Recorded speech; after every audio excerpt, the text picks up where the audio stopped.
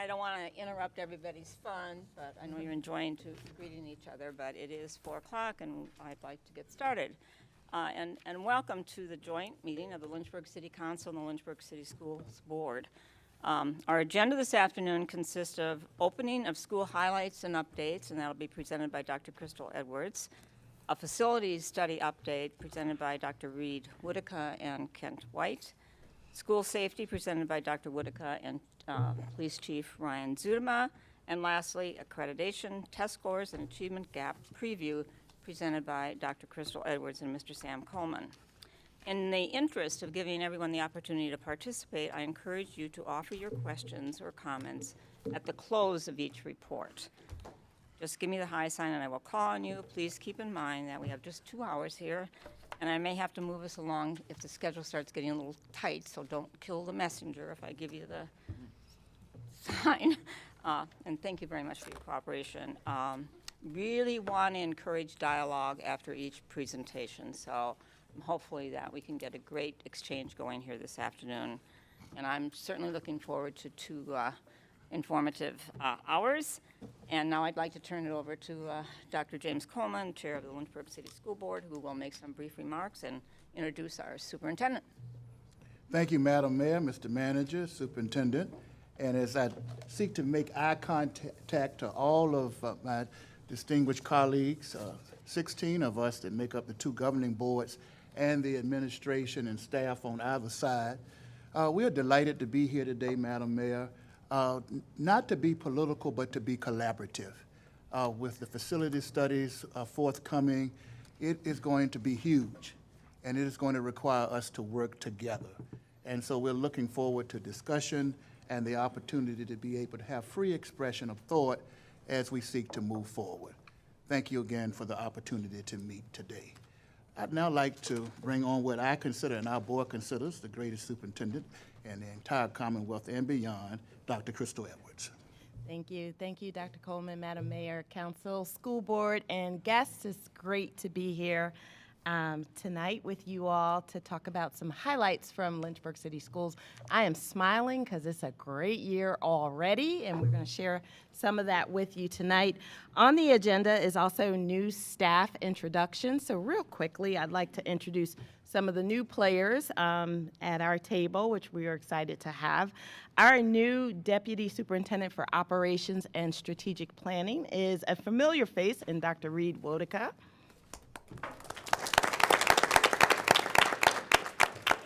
We also have a new Chief Academic Officer who will be joining me later in speaking, Mr. Sam Coleman. Also joining our team and hiding in the back there, but I see him, is our new but not so new Student Services Director, Dr. Derek Brown, who is returning to us. And we also have a new Chief Academic Officer who I don't believe is here yet, Ms. Karen Capazzi is our Chief Financial Officer. Sorry, there you are, Karen, couldn't see you. Karen Capazzi. And our school folks aren't here, but we did want to share that we have new leadership at 2 of our schools. At Sandusky Middle School, our new leadership, which is not so new, but new in the leadership role, is Dr. Anitra Lee, who is the principal for Sandusky Middle School. And then also at Perrymont Elementary School, we have Miss Dominique Foster, who was also with us here in Lynchburg City Schools. She is the principal for Perrymont Elementary School. So we're excited about the new leadership and what this team is bringing to the table. And with that, I will move on to some opening and school highlights. I would first just like to share our theme for this year. Our Lynchburg City Schools theme is Reset and Refresh. And before I get started, we're going to show you a 2-minute video on refresh and reset. Here we go. Reset and refresh. Reset and refresh. As we look ahead this school year, it's time to reset And refresh. Reset our focus on helping our students achieve even greater heights. Refresh our approach and practices to meet the ever-changing needs of our students. In order to reach every child by name and by need. To graduation and beyond. It's time to reset and refresh. Hi, I'm Dr. Crystal Edwards, the proud superintendent of Lynchburg City Schools. It is the start of an exciting new year. And this year, we are ready to reset and refresh. Well, what does that mean? Reset. Let's take a moment to think about what happened in the pandemic. Done. Time to reset. Our kids deserve a new path. Let's chart a new direction. Let's make sure that we prioritize learning, engagement, family involvement, community involvement. Let's reset the benchmark for excellence in Lynchburg City Schools. And let's refresh everything from our staff to our students, to our practices, to our people. Let us come to Lynchburg City Schools with a refreshed outlook on how we do business. Our kids deserve it. They matter. So this year, let's take a closer look at our academic and instructional practices and reset and refresh them so that our kids are getting the most engaging, rigorous experiences that prepare them for next year, that prepare them for their life. Let us reset and refresh and take a look at our facilities and our operation and management practices to make sure that we are being efficient and effective stewards of the finances and the resources that we have. Let's take a refresh and reset our look at our practices across the division, at the way that we engage community, parents, businesses, colleges. It takes all of us to do the job here at Lynchburg City Schools. So we invite you to join us on this journey as we reset and refresh.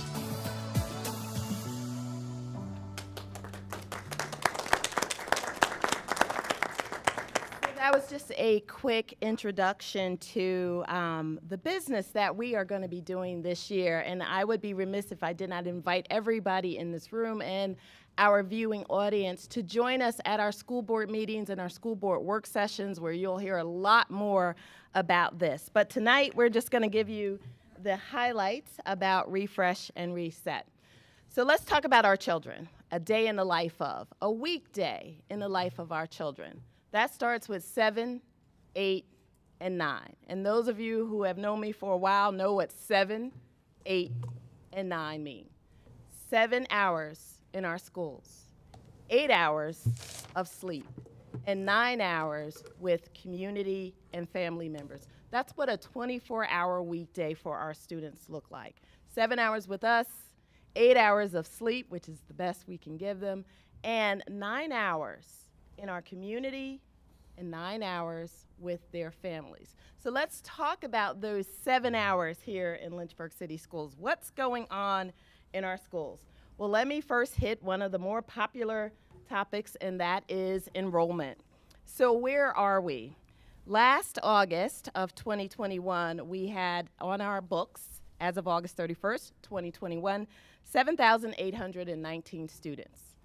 This year, August 31st, 2022, 7,802 students. So our enrollment has been pretty steady from last year to this year, despite some rumors that says we lost a lot of kids this year.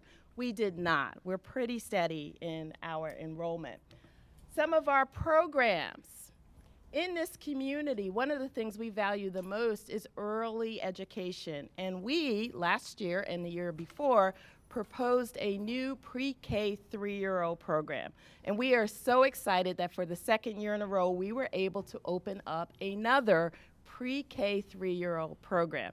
Now, the research is really clear on the importance of early education. And here at Lynchburg City Schools, we're going to do our part to make sure our youngest learners get off to a good start. So that is one of the initiatives we look forward to working with the community to continue growing is our pre-K program. And we didn't stop there. We also included a new pre-K 4 program because it is very important to us. When you look through the lens of equity, kids don't come to school in kindergarten all with the same backpack.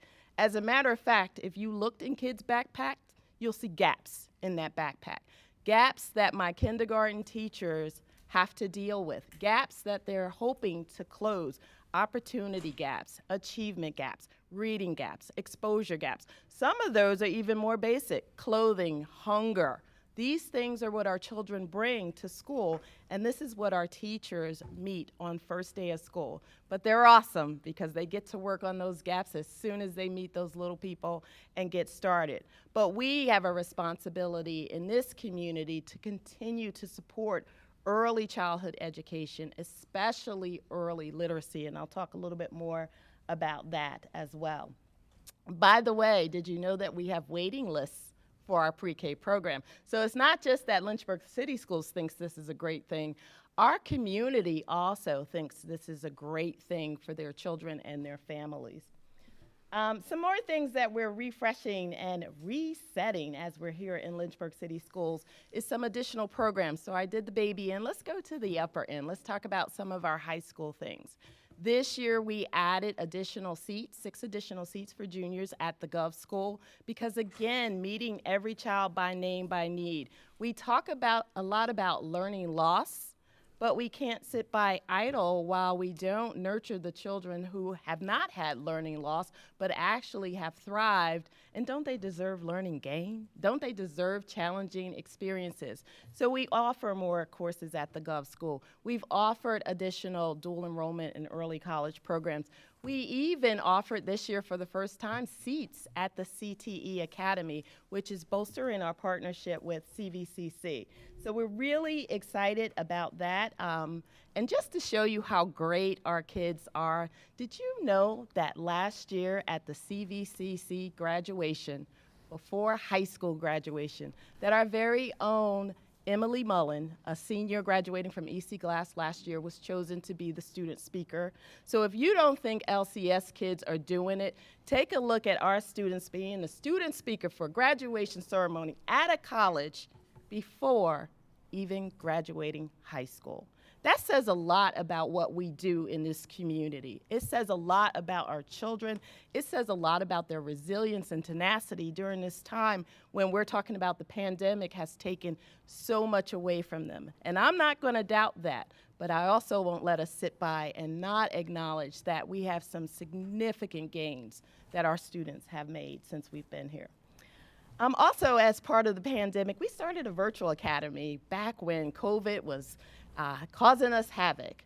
And we thought, maybe it'll stick around, maybe not. Well, once again, talk about waiting lists. We have a waiting list for our virtual academy. We have over 206 students in our virtual academy by choice who want to be there, who thrive in that type of learning environment. Talk about every child by name and by need. We're meeting a need for different learning styles for students for whom this is successful. And there's a little added bonus. In addition, we have about 50 new students in our virtual academy who weren't in Lynchburg City Schools. And did you know that 35 of those students were homeschooled? So we are here at Lynchburg City Schools offering an education for everyone, every learning style, every need. And we are very, very proud of that. Some other highlights. Just want to stick to my notes here a little bit.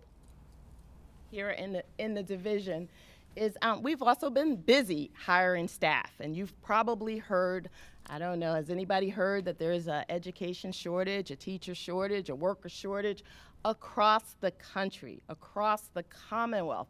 Here in Lynchburg City Schools, we are all looking for the same talented, quality individuals to work with our students. We're looking for them to be in our restaurants, our hospitality, everywhere. So as a community, I am very grateful for the work that Margette does and her team in making this community a great place that people want to be here. When we were doing our hiring, not only were we selling Lynchburg City Schools, but we sold our restaurants, our trails, our quality of life, the peace that is here, so that people, when they move here, and you met some of my staff, they're from Wisconsin, they're from New York, they moved here not just because Lynchburg City Schools is great, but our community is great. So we continue to hire. We are chopping away at that teacher shortage. We are offering incentives to our staff. We are offering not only sign-on, but we had some retention bonuses. We are working diligently to make working conditions favorable for our staff, looking at ways that we could have perks we're not a business where we have trading options and stock options, but there are things that we can do to make our staff lives here in Lynchburg City Schools and in the Lynchburg community much better. And we continue to do that with things like tuition reimbursement, helping staff move up to the next level. A lot of succession planning going on right now. If we want talent, we need to invest in building talent. We need to work with our staff to develop talent in our community and in our schools.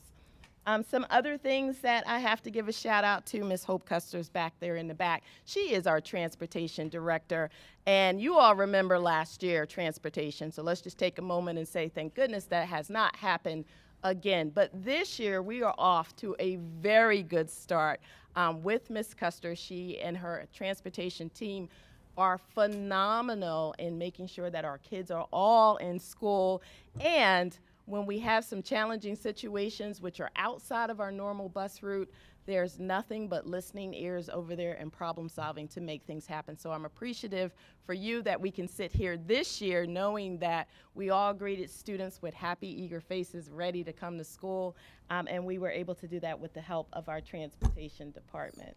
And speaking of students, how many of you were able to participate on opening day, in the school, and see our kids get off the bus, car ride a line, and walk up? I don't think I've seen so many hugs and just excitement from kids. The kids came in this year ready to learn. They brought their A game this year, and it is still going on. I won't mislead you and say that there's not an effect of the pandemic. We are seeing some behaviors, especially in young children, as a result of the pandemic. And it's not just us, it's not just Lynchburg, it's across the Commonwealth, it's across the country, and we are all struggling with how do we help our young people as they go through this thing called school and called life. But here in Lynchburg City, we have definitely have some talented individuals that are arms wide open, ready for our kids. Our teachers were excellent at waiting for our students. Our instructional staff, our support staff, everyone has done their part to make sure that this school year is a better school year than last, and that we continue to make it the best school year as we go forward with the rest of this year. Our little people are just absolutely amazing. Again, things in Lynchburg City Schools that you will not see in other places that make us special. We have a very thriving strings program, and our kids were out on Saturday at Day in the Park, even though it was a little cloudy looking and it eventually rained. But our children love their craft, and Mr. Coleman and I got the opportunity to open the door for a few string students as they came into the classroom at Lincoln Elementary School. And I have to tell you, for 1 second, I thought, I think I'd rather be teaching right now than being superintendent, because they just came in with such excitement and enthusiasm just about what they were doing and learning in their classroom. So they are very, very talented and eager and deserving of our support. Also, if you are looking for something fun to do, I would be remiss if I did not give a shout out to both of our football teams. And this Friday night, the Jug Bowl, it is a way to unite our community. And yes, we are doing it still at night. We figured out a way to make that, to preserve that community tradition, but to also keep everybody safe while we come out and support our athletes in this friendly challenge. So that's something for us to do this Saturday if you're looking for something to do. Now to some of the deeper work. So some of the initiatives that we're working on. On July 22nd, we had our annual Techstravaganza, which is put on by our IT department. It is a free conference across the Commonwealth. It's probably one of the larger conferences here in this area, and it was fantastic. We had Scott McLeod come and speak to us, and each of the school board members, I had promised you this, but the books finally came in, his book on deeper learning. And I've given a copy to the mayor, so if council members, if any of you want a copy of the book, we'll make sure you get this. But as I feel, all the world's a stage or a classroom for learning. So our school board members are actually in school. They have a book. We will be doing this as part of a book study, continuing the work that Scott talked about when he was with us at Techstravaganza. And if you just go to page 7 of this, you will see that some of the things that are really important for student learning, just the top 2, is project and inquiry-based learning environments, not activities, environments. How do we create an environment here in Lynchburg City Schools where we are doing that? And the second thing is authentic work. The worst thing we can have as educators is to hear kids say, I'm bored. And kids will get bored if there's no authenticity in the work. So those are some of the things that we are working on, and really we have some of that here, but we want to make that the standard for every classroom and not just, it's here, it's there, it's in this school, and making that happen. And also it talks about redesigning learning spaces, and Dr. Wodoko will talk a little bit about that later when we talk about facility study. But everything that matches our reset and our refresh is solidified in this book. But what this book does, because very few of us are actually at the classroom level, where that achievement gap gets closed, where those students, their individual learning plans are developed and they soar.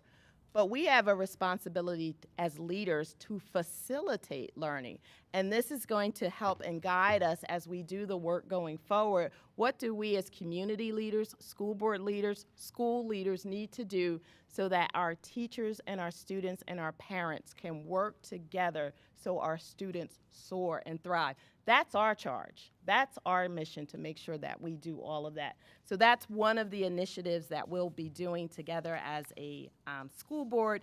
And if any council members or city staff want to join us, I absolutely welcome you to do that as well. The second initiative that we are involved in is the VDOE has a Bridging the Gap looking at learning loss pilot that they have offered. And Lynchburg City Schools is one of 15 divisions that is participating in that pilot. If you go on the VDOE website, you can see which other divisions are participating. But the main focus of Bridging the Gap and really looking at learning loss, and they call it a learning loss recovery plan, is to look at some ways that we can use our data, our individualized data from K-8, and this is with the state. So we've been doing it in Lynchburg City Schools. You heard us talk about IXL last year and some of the things that we were doing with data. Now we're joining with the state on a pilot to look at that for K-8. And it's not just for teachers, but it's also for teachers and for parents. Because if we look at 7 and we look at 9, 7 hours with us, but there's 9 hours with community and parents as well. So if we combine those together, we'll be able to help our kids. In this pilot, there are personalized learning plans for students who are struggling with the goal of let's get them at or above grade level. That is the focus of this whole plan. And then there's training for staff, training for families on how to communicate and work together so that we achieve that goal. So we're looking forward to starting that pilot. The other thing that we are exploring and participating in or looking to put in an application is lab schools. So we are already in the business of schools for innovation, and we've had some success with that at Darrington, at TC Miller, and at Dunbar. But one of the things that we wanted to do when we take a hard look at our data, and we'll give you a preview of that towards the end of the meeting and also at our school board work session, is looking at where are our deficiencies? Where do we really need to bolster what we're doing? And when we look at that, there's 2 areas for sure that come up. One of them is in early literacy, and we talked a little bit about that. So one of our lab school pilot ideas, and we're working with college partners, is to look at pre-K3, early literacy, and really how can we make sure that every child, by the time they leave 3rd grade, and I'd like it to be 1st or kindergarten at best, but definitely 3rd grade, they are reading at or above grade level. And our commitment to doing that, because if you cannot do that at or above grade level by 3rd grade, when you get into the upper level grades, it becomes more difficult. Even math is more difficult to do because of the reading level and understanding and conceptualizing. So that's one of our lab school pilot partners that we're, pilot projects that we're looking at with our university partners. The other one is middle school. When you look at behaviors and you say, where are your numbers high? Middle school. When you look at scores and testing, and even in IXL, where are the most surprises and where are the areas that you feel like you need to really do a lot of work? Middle school. If you look at engagement surveys, we know the elementary school, they love their teacher, love my school, and then somewhere around middle school, it starts to decrease a little bit. Middle school. And then my work even here with the Business Alliance and working with Margette and working with Jason Ferguson for CVCC, the CTE Academy, we have this whole workforce initiative that's going on in our community right now. And I've been in education over 30 plus years, and back in the day, it was always about four-year college, right? Four-year college, four-year college, four-year college. That was the only message, and then maybe another one. Now, we need to present our children with all of the options that are available to them, but we need to hook them early. We can't wait till they're juniors and seniors and start looking at four-year colleges, technical schools, industry certifications. We need to back that down where? Middle school, right? So we need to pull it back down into middle school. When you look at our gifted education services and enrichment experiences, at the high school, CTE, Gov School, STEM Academy, early college, AP testing. At the elementary school, there's a DEP program at each school, which is a gifted services program at each school. There's a Go Center at the elementary school. At the middle school, we have a couple of advanced courses. That's about it at the middle school. So middle school is an area that is now one of our foci, I guess, for our lab school pilot. And what we're looking to do is build on the success that we have seen at Dunbar. Dunbar is a school of innovation, if anybody's watching who's new. And part of their innovation is cultural arts. And by the way, they do have a fantastic theater program. And in November, I think they will be doing Aladdin Junior. So if you want to come out and really be entertained, please come out and support their theater program. They also have a herpetology program, if you like herpetology, snakes, lizards. They also do a lot of intense study with that. And a communications program. They have their own studio for their announcements. I think it's WDMS is their studio. So a lot of wonderful things there. But it is a school that our children can choose. They can fill out an application to go to and to attend. And they get selected. And they love it. And we love it too. So why don't we grow it? Why don't we spread it out? Why don't we make that sort of opportunity available at the other two middle schools? Maybe a different theme. So what we're looking at is, as we look at Lincoln Middle School, we're looking at more of a community health and an environmental science focus. That doesn't mean that that's the only thing that they do. But man, we could really do some good work in that area. And partnering with Partners in Education, and we have our new Partners in Education person on staff now, so that we can combine college, university, our middle school program, and businesses to offer some fantastic things at Lincoln Middle School in the area of community health and environmental sciences. You know, we already have a wonderful program where our 8th graders were on the James River, and they were doing a lot of study. For many of our kids, that's the first time they've been on a river, and they've lived here all their lives. But doing more of those interactive things. We're looking at a greenhouse now at Lincoln Middle School, doing some more of those things and opening it up to our students. Our third school, Sandusky Middle School, we're looking at technology and engineering. Again, what do we need in this community? I'm so grateful for Beacon of Hope. We have Stay Close and Go Far, Stay Close, but we want them here, right? We want our children to graduate, come back, and contribute to this community, the community from which they were educated and educated well. We have lots of jobs here. We have lots of kids in schools. Let's connect the two, but let's start by getting our middle schoolers excited so that when they get to high school, they're ready. They're ready for these advanced opportunities. They're ready for early college. They're ready for industry cert, and we do pretty well on industry certs for our kids here, another thing that makes us special in Lynchburg City Schools. So I have been talking with different colleges and universities here. I had a meeting just yesterday with CVCC to talk about their support.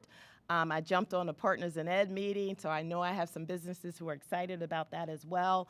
But that is a big focal point for us here in Lynchburg City Schools. So we will be moving forward with, as more information comes out, and the application for the planning grant just came out, so we have more information about that, and that is what we want to do. But I say all of that to say that as we look at where we've been, and remember last year we started with some tough data, and we have been real transparent about here is where our kids are. We shared our IXL scores. We shared our PALS scores. We shared our SOL scores. And if there were more scores to share, we would share them, because it's really important for us to understand where we are so that we can move kids along a continuum. And later, you're going to see how our kids move. Later, you're going to see how our kids have outpaced their counterparts in the state in terms of their growth and their comeback for learning recovery as we get rid of learning loss and we move to learning recovery. And we're really excited about all of this work, and I know I've said a lot that we're doing here in the schools, but we invite each and every one of you to join us and engage with us as we do the work that we need to do together for all of the kids and families in this community. And I think I'm going to end that and take questions. Thank you, Dr. Edwards. And so I guess we can start maybe at that end. Does anybody have any questions they'd like to? I don't have any questions. Dr. Tweedy? It was great. I'm sorry I was a little late, had come in from out of town, but it was great. Can you elaborate a little bit more on, you mentioned the homeschool students coming into virtual. Was that a marketing effort, or was that just, how did that occur, and how do we grow that? And that's a very good point. So one of the reasons why I mentioned it tonight is if you are a homeschool family member and you want to join Lynchburg City Schools, you absolutely can fill out an application for homeschool. And what we did know just from talking, Josh Boyd, who is our virtual school principal, has talked to families to find out, anecdotally, why not the public schools? What would we have to do to make this a better environment for your child, particularly as children age and you start getting into specific content area? So our virtual program is about to go on full blast of recruiting and doing the exact things that you said. And what I want folks to know about our virtual program is while it's virtual, it's mostly virtual. Embedded in that, and this is the feedback that Josh got from, Mr. Boyd got from his students and from his families, they do have some in-person activities where they get together and socialize and meet and work on projects. And guess what? They even have clubs. They have a book club, an animal lovers club, an outdoors club, a photography club. So there's a lot to do in our virtual program for students who like that flexibility. So yes, we are absolutely going to market that a little differently. Some of the things we did organizationally, internally, is we pulled all of the non-resident student, homeschool students, any of the different ways people are educated in Lynchburg City Schools, and put them in one central location, which is now in my office, so that we have an opportunity to reach out to families and share. Here are some options you may want to consider. And, there's nothing wrong with homeschooling your child if that's what you choose to do. But you know what? A little information about what we have to offer might sweeten the pot for you, and you may say, hey, this may be a better situation for my child as my child ages, or this is great and wonderful. And we just want to keep our families informed about what we offer, because many folks did not know. They thought, oh, you have a virtual academy, it's just for kids who don't want to catch COVID. And it's not. It really is not. So we will continue to grow that. Thank you. Okay. Anyone else over here? Councilmember Helgeson. I guess going on the virtual, so I know you mentioned there's 7,802 kids in the enrollment this year. And does that include the 206 that are in the virtual? Yes, the virtual academy students, even though they're in the virtual academy, they're assigned to their base schools so that they still have the base school opportunities to participate in extracurricular activities and things like that. So once we get eventually a little bit further, so obviously the 206 students that are counted in enrollment don't have any, or very rare, or counting for the square footage that is usually designed for the number of schools and number of students. You obviously don't have busing that needs to be on that too. So hopefully we'll keep those two things in mind. Absolutely. But I will say for those students that they kind of need some square footage because when we test them and bring them in for the SOL testing, we do bring them into our schools. And like I said, there are monthly in-person activities that we have for them, and they participate in our extracurricular activities. So there is some, but in terms of their classroom square footage, yes. Yeah, and you don't build a building for somebody coming by occasionally, so. But we do build a building for the other 7,802 students who come by every day. And so with that, I know you mentioned that the decline, so the decline has been happening, and that's another 1.3% decline from the numbers you just gave. Keeping in mind, you've added 206 virtually, and you've added another pre-K, that you mentioned in pre-K Yes. 3 and 4. We have one pre-K 3 class and one pre-K 4 class. The pre-K 3 has 14 students, and the pre-K 4 has 18 or 16? 16. 16. Thank you. Dr. Brennan. I'd just like to make a comment. Number one, to thank the mayor and city council for arranging for this meeting. We haven't met in a while, and last time we met, it was a very didactic environment where we heard about the facilities plan and those things, and I hope that this will be more of a dialogue. And kind of along those lines, I'd like to supplement what Dr. Edwards was saying about some of our graduates. I think we should be very proud of, just briefly to comment on some of those. You all know Alicia Oakes, who City Council recognized several weeks ago as being this wonderful woman who not only was valedictorian at Heritage High School, but a nationally recognized champion, full scholarship to Stanford, very impressive. There's another young woman who graduated this year whose name is Jade Persona, who was also a fabulous student at Central Virginia Governor's School, went to the National Science Fair with her project, was awarded the Excellence in Science Scholarship through the Education Foundation, which is a $30,000 scholarship for Lynchburg students that is sponsored by Framatome and BWXT. She's now in her first year at MIT.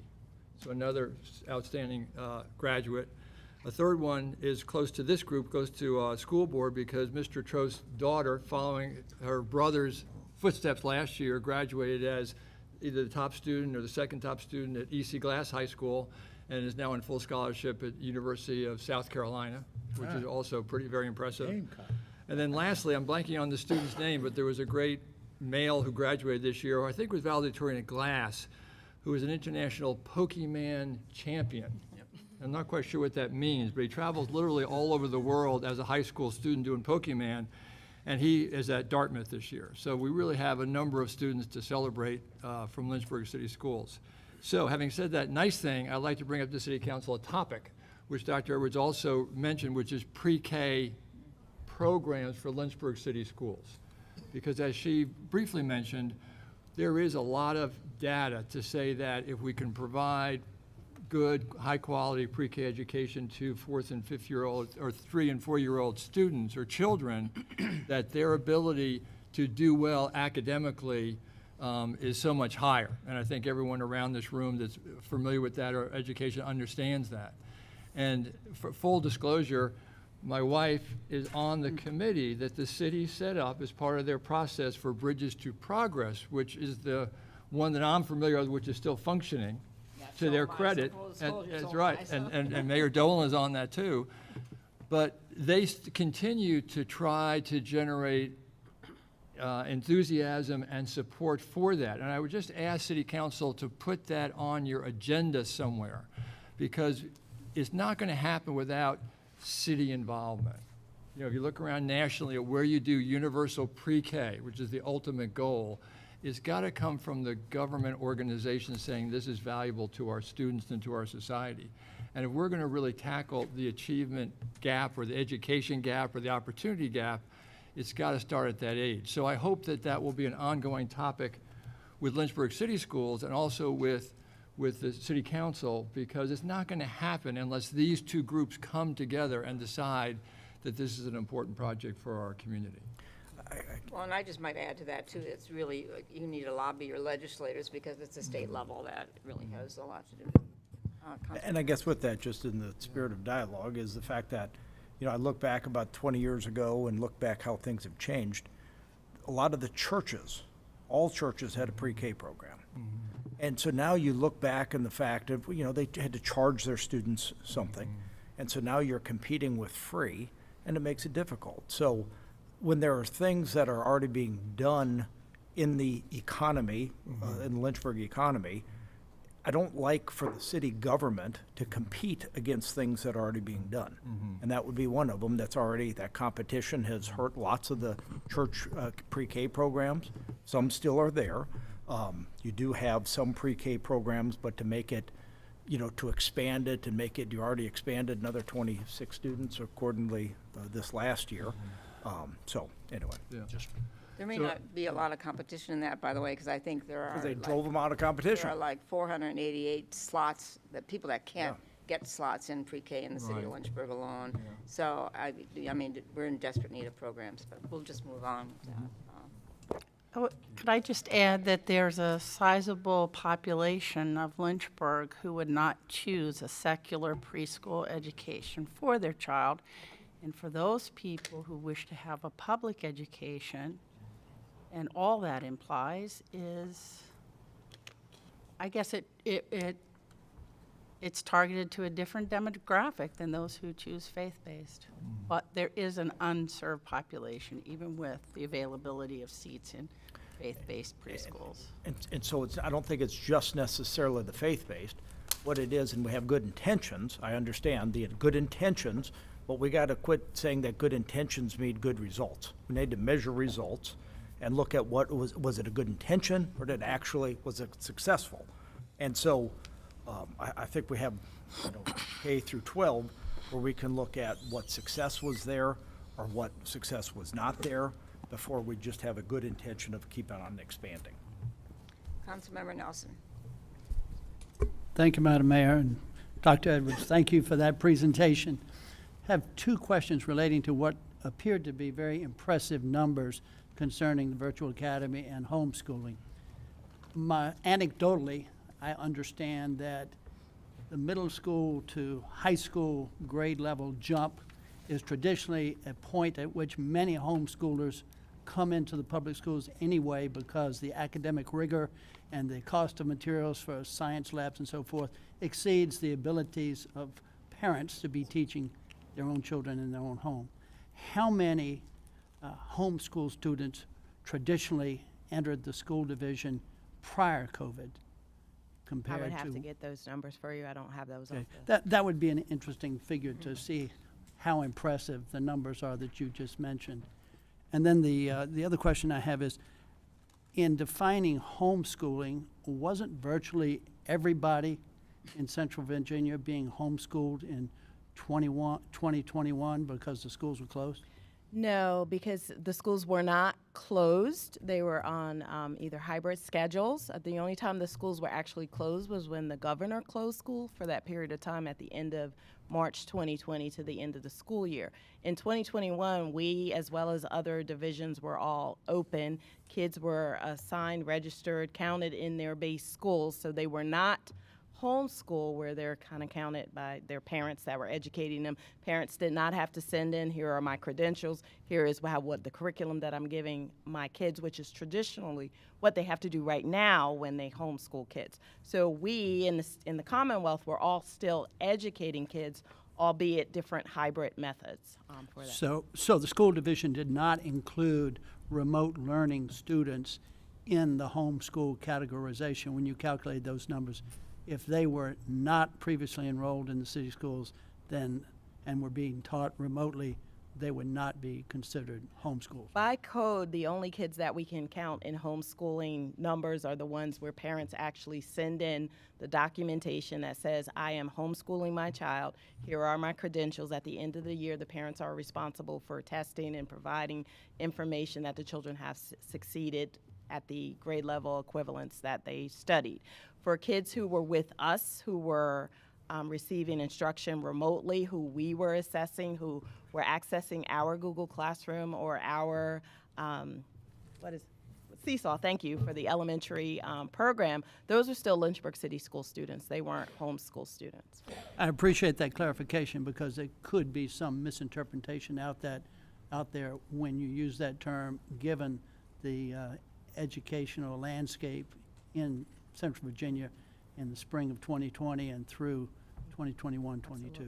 Thank you for clarifying that. Thank you, Vice Mayor Wright. Thank you. I just wanted to bring the conversation quickly back to pre-K education, and I'm curious, what is the current, I know you mentioned the addition of programs, but what's the current scope of pre-K education that LCS offers?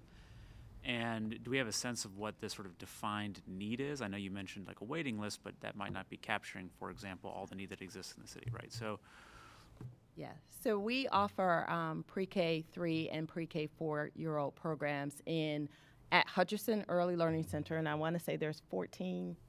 In total, we have 17 pre-K 4 classes. Okay, 17. I'm just going to repeat because I have the mic. So 17 pre-K 4 classes. 17 classes across the division with 272 students.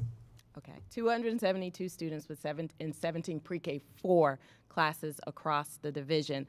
There are 4 classrooms at four classrooms at Paul Monroe, 3 classrooms at Perrymont, and then the remaining classrooms are at Hutcherson. Oh, R.S. Payne. That's right, there are 2 or 3. I think 3. 3 at R.S. Payne. The remaining are all at Hutcherson Early Learning Center. We also partner with the preschools in town as well. So whenever we get a waiting list, if there's a spot somewhere, going back to your question, Mr. Helgelson, if there is a spot at Head Start or if there's a spot at another preschool that we can help our families get into that, we do that as well. I do have data from last year, I think, what he's got. You want to come up to the microphone? Thank you. That way the viewing audience can also hear you. So in terms of our pre-K 3 needs, and again, this is information from 21-22, there are 368 pre-K applications submitted. We were able to serve 14 students in our 1 pre-K class last year. We placed 7 students at Mary Bethune, 10 students at Randolph Pre-K, 11 students at Elizabeth Early Learning Center, and then 90 students were referred to Head Start. So that leaves about 238 3-year-olds who were not served, who applied to Lynchburg City Schools. In terms of Pre-K 4, there were 378 applicants. Again, last year we placed 256, and that left 122 students who were on a waiting list for Pre-K 4. So that's last year's numbers, but they're probably very much comparable this year. So there is close to, over 350, if not close to 400 young students whose parents and families would like for them to participate in a public preschool education. thank you. Mm-hmm. Anyone else?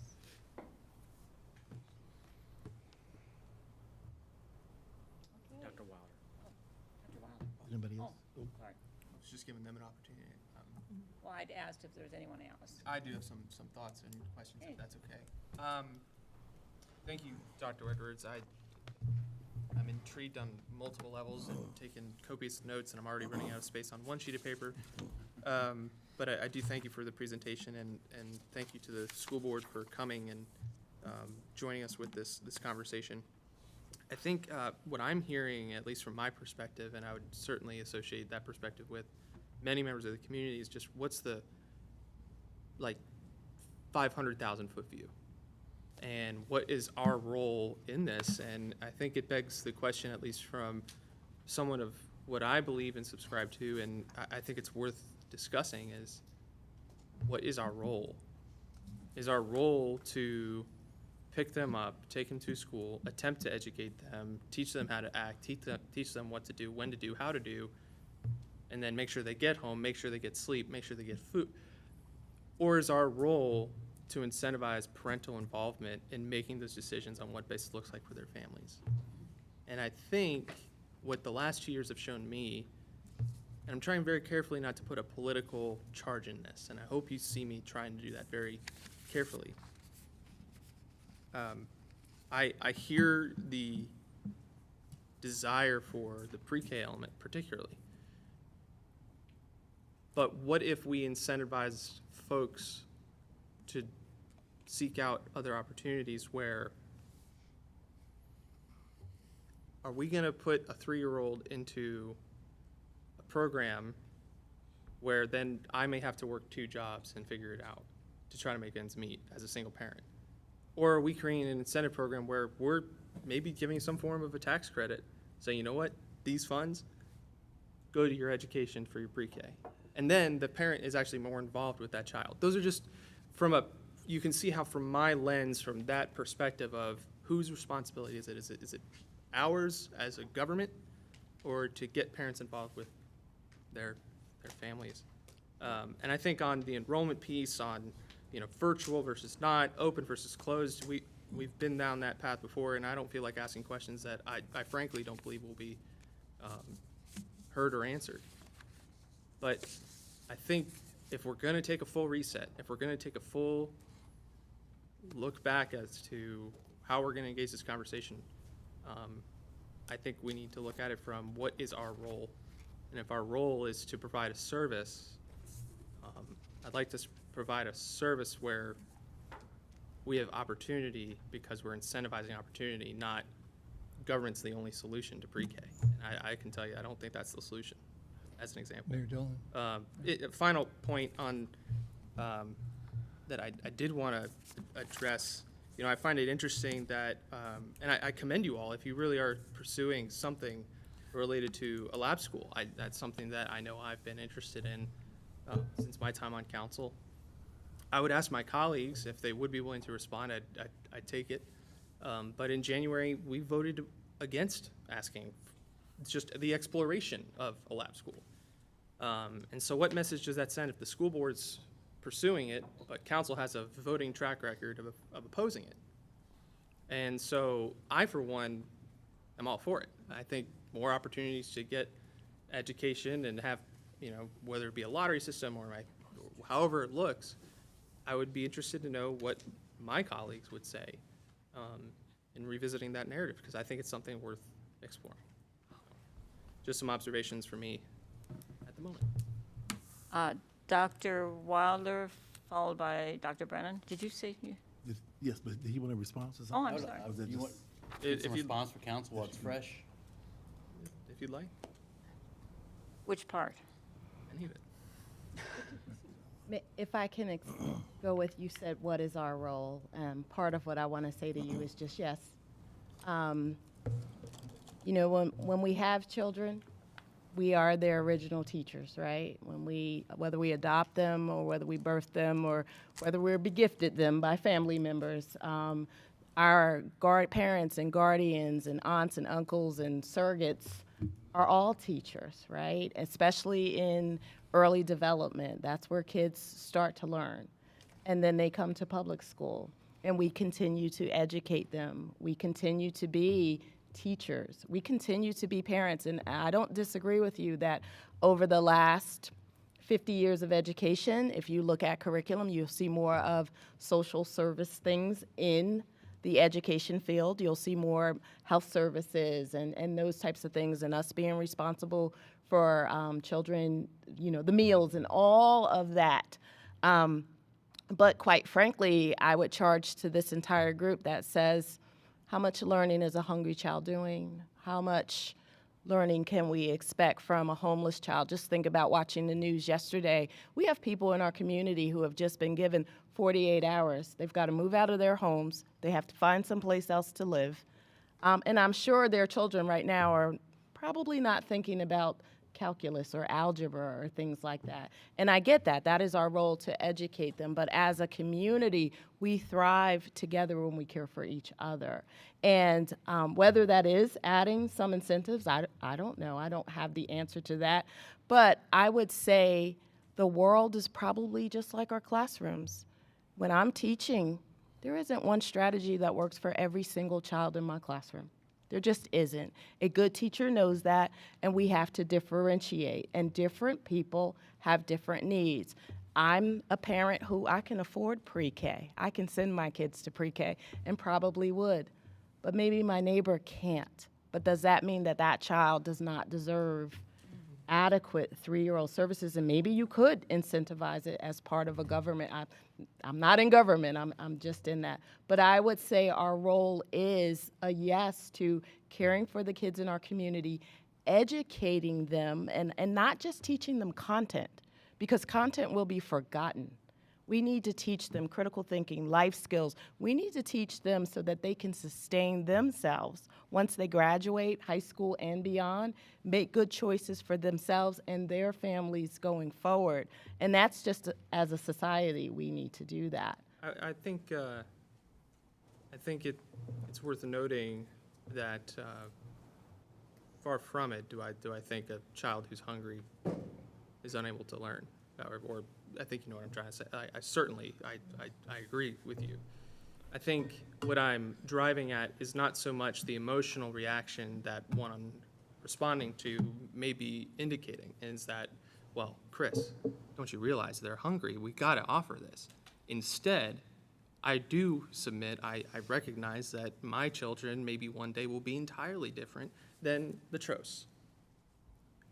I would charge this group similar to you, but just from a different perspective. I would say the Tros know how to deal with their family much better than offering a government solution where it is one size fits all, trying to address every particular need.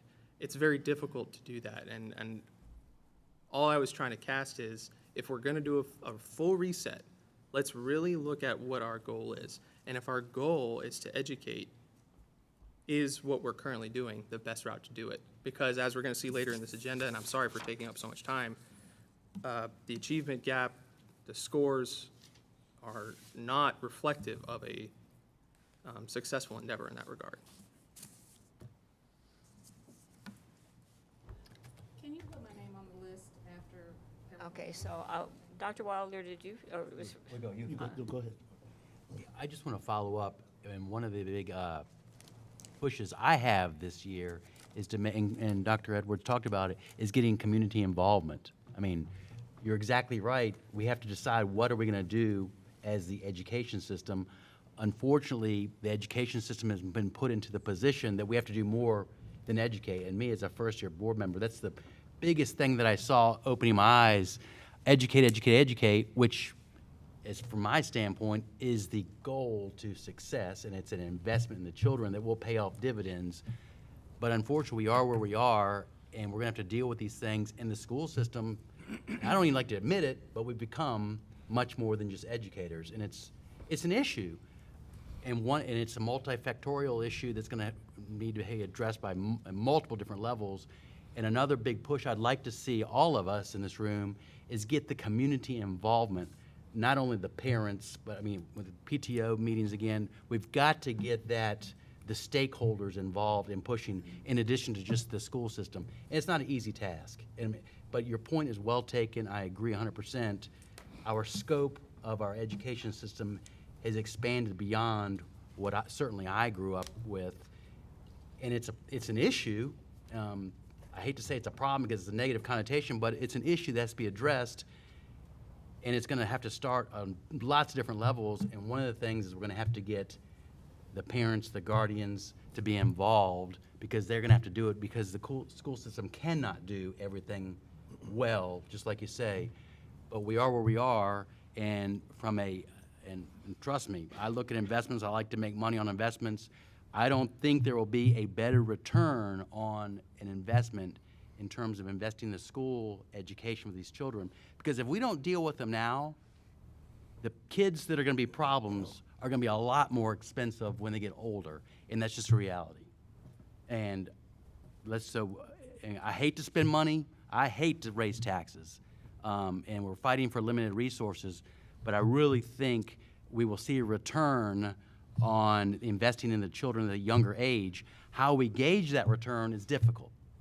But you know, what is it, the commercial, pay me now or pay me later? We can pay now, but it's gonna be a whole lot more expensive to pay later.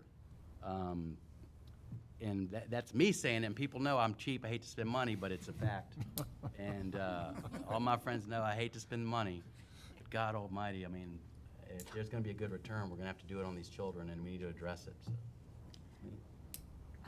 Dr. Wilder. Yes, again, thank you for the information. I really appreciate it. And one thing I appreciate is that it goes from the top to the bottom, from various children, various challenges that children have, from the high achievers to our pre-K children. I know one time, beginning of the school board, you know, your eyes are so open from the time I served there, especially when it comes to kids moving from different homes and schools, you see a child in a middle elementary school who might be in the 4th grade. By the 4th grade time, they have been to like 6 different elementary schools. And I'm like, how is that possible? So I think until you're into that role, you don't really realize how kids are so switched from different schools because a person got evicted from here or was homeless here or moved to this place or whatever. And then I can talk about the different phone numbers. I mean, trying to keep up with the parents. So I commend our school system. And because we have so many challenges in our community, it's going to be an effect in our school system, where our school system has to kind of do the food and do the counseling, do the therapy and various other things. And we're a school system that takes all children regardless. So I understand the challenges we have. So I appreciate you working with increasing the number of seats in our governance school, making sure they're not left out, to give more opportunities for our kids in our governance school, and also pushing our pre-K program, because we understand if we don't get them at the beginning stages of life, they're going to be behind the 8 ball, behind the curve, and always struggling, and making sure we have those services they need so they can be stronger achievers when they get to the 3rd grade or 4th grade and reading on a grade level, because we see the impact that we have when they're not at the right grade level. Because again, sometimes they're single-family homes. You might have children raised by single families, or have children raised by no parents. I know a foster family who raised foster kids, where all of their parents were on drugs. So the family members on drugs, who's raising the children? So again, it's just a system of challenges in our community that we all have to work with, and that's what it's called, as a community. All of us work together for our children. I didn't birth any children, but they're our children, and we as a community make sure we're serving our community, and our children have a voice. We're making sure that we're there supporting our children. And also, I appreciate you being part of the conversation. I know that some of our universities are working on the lab school situation and making sure that we are part of that conversation. Not it's something that's been dictated to us, but we are part of the conversation. So I appreciate you being at the table for a part of the conversation and making sure it's addressing various needs in our community that need to be met. From the healthcare issue, always need healthcare workers. From the technology issue, always need more tech jobs right now. For manufacturing jobs, I see Belvac always has posts, starting salary $50,000, and always putting posts on our counties and all our billboards. So there's always a need for those. So I see from the top to the bottom, we're addressing a lot of needs in our community, and I appreciate that. Thank you. Dr. Brennan, followed by Dr. Tweedy. I'm going to just comment very briefly because I know we're about halfway through our time, so we don't want to overstay it. But I just want to say to Mr. Feraldi, I appreciate your comment, and I think it's a good comment when you talk about what is our role. And I hope that the we that you're talking about is Lynchburg City Schools, is city government, is our community. It is our responsibility together to work with the community to help support those kids so they'll be successful. So I think that's a very good question and a one to challenge everybody, not just this group, but challenge our community with that. And I would follow Mr. Trost's lead with his children. Whatever he did, I would follow that. I think that was probably a good line. My wife gets all the credit. And that's even true. I'm not just trying to get brownie points. Dr. Tweedy. Thank you, and yes, just to follow up to Councilmember Feraldi's question of what is our role, and thank you, School Board Member Trost, for your answer, because as parents, it's everything. So for anyone who's raised kids, who understands what it takes from the time they leave the hospital with you until the time they walk across that stage, at any one point, where would you have not done something? Not had a stable home, a mortgage, not had a stable food every day. Like, what would you have given up because it made it easier for you, or just said, they don't need that? You do everything. And so the fact that the schools have had to take that on, it's a necessary thing, and the more we work together to figure out how best to do that is the greater challenge for us, but we can get it done because other communities have too, and we've been doing it for a number of years. And Councilmember Feraldi, I would challenge you to look at that situation that was on the news yesterday. Research through. Start there. Look at what is the role and what we saw occur on that. What's the government, city, community, nonprofit? What's the role of the folks who are in this situation, the families? What's the role of the schools to make sure the kids are placed without a lot of chaos and disruption? But I would challenge you to do that. Step into the seat of the persons who may have to come from DSS and look into the situation, or those who went through the health inspection process. Because you learn a lot. And so that would be a personal challenge. What I heard in the government only solution to pre-K, it's not. No, I heard partnerships with other local pre-K providers to the extent that they can take those numbers. So there is a need. I think when the group came to us before, it was over 500 at the time seats that were needed. So that's we know the number. How do we reduce that for everyone in the community? Because obviously private schools, private options are full as well. So how do we work together to do that? And the Schools for Innovation are historical programs in our community. Thank you for expanding this thought around that. Because a lot of people have said, why can't we have more schools of innovation? Some people may say lab schools now, but it's it's nothing new to Lynchburg.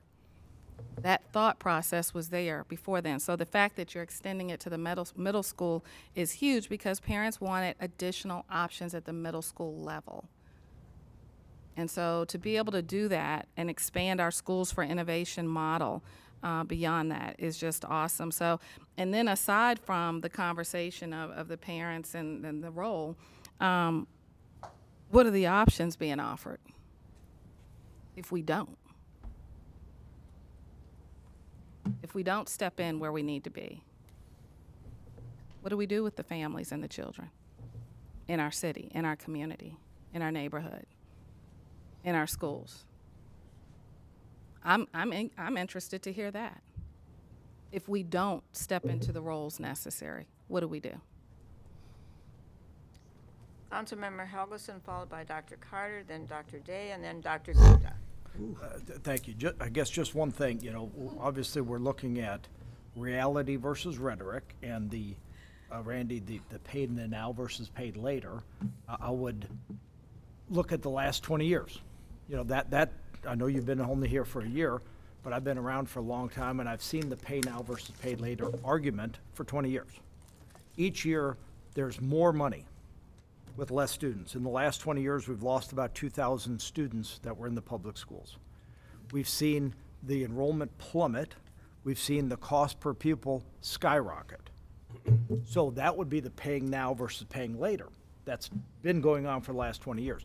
Now let's look and just kind of briefly, how well did we do? This is the worst SOL year I've ever seen. You graduated EC Glass. And remember, EC Glass used to be the top whatever in the country. Now look at Zillow. They're number 2 out of 10 on Zillow. So I totally get that. I've heard that for 20 years about, oh, we got to invest more. The problem is we keep on doing that, and that's an easy rhetorical fix. We need to look at reality. And so that extra money has not done anything because this has been the record budget over these last, I think Scott Brabrand, when he first came, is where that real skyrocket happened. I mean, that went up a ton each year. So ever since then, you now look at our lowest SOL scores in the history. So I wouldn't be, we look at it more the reality as opposed to just the sheer rhetoric. The rhetoric sounds great, but we don't govern by 6-second sound bites, I don't believe. We want to look at the reality. I don't know. Where did that money go that Brabrand asked for? I mean, did it go He got it. Where did it go? It went from, where was it we focused? used to give like 30 million local. It's now up to 43 grade-wise, million. did it go to 3rd grade, 4th grade, pre-K? We're city council, we appropriate the money. The school board and the administration are the ones who actually spend the money. And so that is your question. And you're digging all these extra funds, what have the results been? Right. That's what I would go to. It's not just spending more money, because we could spend money by spending money digging a hole and then spend money for people to fill up that hole. Well, we spent money. What did we actually do? We did nothing. So I think that the spending is probably the critical element. Thank you, Dr. Carter. I know we talk about 20 years ago, but we need to look at the profile of a student right now. And that profile has changed. We have students that are in a city, the city of Lynchburg, that at the last look was 24% poverty level, and I know now it's way more than that. And 12% was the state, so we were 12% over that. We're looking at students now with the significant mental health issues. and also the transient population. And then we're also looking at coming out of pandemic, where students were missed really 2 years of school, and then we're looking at this is the worst SOLs. I didn't expect them to be the best. I think they were great the way they are. Now, they can be better, and we can strive for that, but we have to look at where we're coming from. And I just want to say, and I just heard a speaker talk about, and we can do partnerships, but we need to also make sure that we're doing our part. And there's nothing wrong with the parents' involvement. So instead of saying whose responsibility is this and is it the government's, it could be everyone's. We need to put a hand in that and take out the or but or exclude anyone. We need to include everyone. And so I think really we're putting a lot of pressure on the students, on the teachers. The teachers are coming out of a difficult time, the administrators. So now we're trying to reset. And does that mean going all the way back? No, not necessarily. It means trying to stop where we are and move forward, trying to do the best we can to move forward. And I said, if we don't do this, what would it look like if we don't do anything? How much worse could it be? It could be way worse. Thank you. And I'm running this about 40 minutes off schedule already, but I do want to give Dr. Day and Dr. Gupta an opportunity to voice their thoughts. So go ahead. Okay. Well, I was just going to comment on the aspect that Mr. Farrelly's original point made about how the task that our school system faced is different now than it was years ago. Years ago, it was much more exclusively focused on classroom education. Now it's expanded to include a lot of other things, mental health, school lunch program, all these things that, well, go beyond what the schools provided when I was younger. I think the aspect I would like to highlight is that this also affects our retention of teachers, because a lot of these extra things that are new to the school's responsibility in recent decades fall on the teachers to handle. And it's my belief at this point that that is contributing to the dissatisfaction that some teachers are expressing with their experience working, the stress level that they face, and it's probably a contributing factor to some of the teachers that are leaving their positions, which is, I think we all know, is a problem and a concern. So I just want to make the point that this is another aspect that's affecting our teaching staff as well as the students. Thank you, Dr. Gupta. No, my profession, I'm a professor, and my job is to find flaws in students' papers and grade them. But if I write all negative comments, my students' morale will be down the toilet, and they will not be doing the next assignment. So one thing we need to reset is our Lynchburg City family is not completely free of flaws. There are problems, but we need to fix those problems together. Because if you are the iPhone, if you are the Apple's board of directors, and you go out there and say, guess what? iPhone is the lousiest cell phone you can ever buy. You think anybody will buy your phone? No. So if you're out there criticizing left and right to the school system how bad it is, then you expect students to come in. You got to wake up and smell the roses. So I would say, I know people are behind our superintendent. Maybe give her 1 year when we are wholeheartedly behind her, not half-heartedly, wholeheartedly behind her. And if she doesn't do the job, fire her, find somebody else. The grass on the other side is always greener. You think the next person will be better, wake up and smell roses. So I'm sorry, but that's how I feel. Putting a baseball bat on her knuckles all the time is not a good thing on an ongoing basis. It diminishes the morale of people who are working behind you. Thank you. Thank you, Dr. Gupta. No, but I think it's time now to move on to our next subject. And I'm going to have Dr. Reed Whitaker come up here, please. And Kent White. I think Kent is. Thank you. Thank you for the great input, everyone. I think we really had some very interesting good. comments Very good. that I think could be very instrumental in having us be efficient here. Ready? Yes. Okay. Give me 1 second. Maybe they could they speed this on this speed it up so we can, this is all Well, good afternoon, everyone. Good afternoon.